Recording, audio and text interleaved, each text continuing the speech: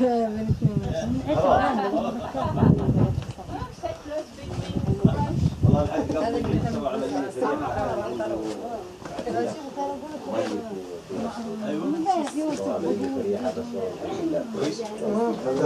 يسلمك بجهز له خليل بدنا نتجوز طلع له بنت اخت احمد عيسى من المره الثانيه.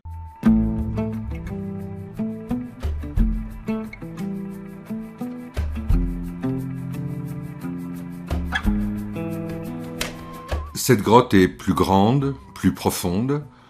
Une cloison intérieure aménage un peu l'habitat et les enfants jouent avec les moyens du bord.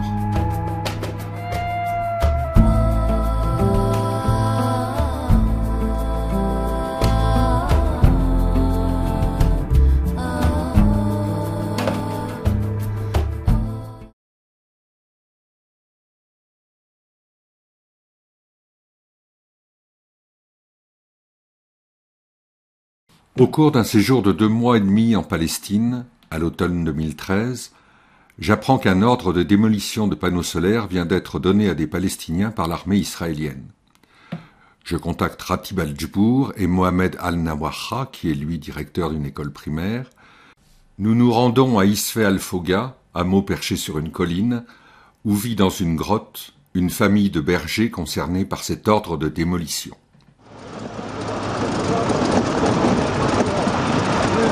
Maintenant,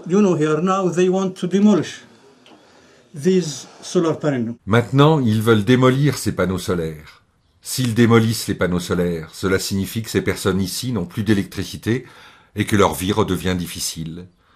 L'électricité a changé notre vie dans cette région, mais s'ils la démolissent, cela signifie que nous reviendrons 100 ans en arrière. Mais ici, les colons ont le droit de construire des maisons modernes, ils ont le droit d'avoir de l'électricité, d'avoir des routes, d'avoir de l'eau. Vous avez vu la route qui nous a permis de venir ici. Vous avez vu les puits, vous avez vu l'électricité. La vie est vraiment difficile. Il n'y a aucune loi dans le monde qui autorise l'expulsion des gens de leur propre terre, de leur propre domicile, de leur propre village. Seulement en Israël, tout est permis pour les Israéliens. Je ne sais pas, mais même creuser un puits dans le sol, même vivre dans une grotte nécessite la permission des Israéliens. Ceci n'est pas légal, ceci n'est pas juste, ceci n'est pas loyal. Mohamed parle du village de Soussia en nous disant que le mur s'y arrête. Il parlait également tout à l'heure de Soussia à propos des prétextes archéologiques que donnent les Israéliens pour s'approprier la terre.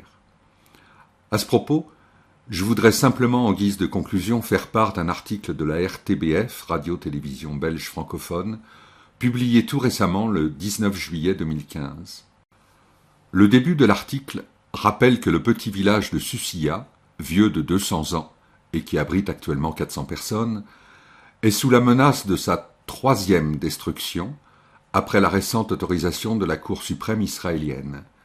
La première destruction date de 1986.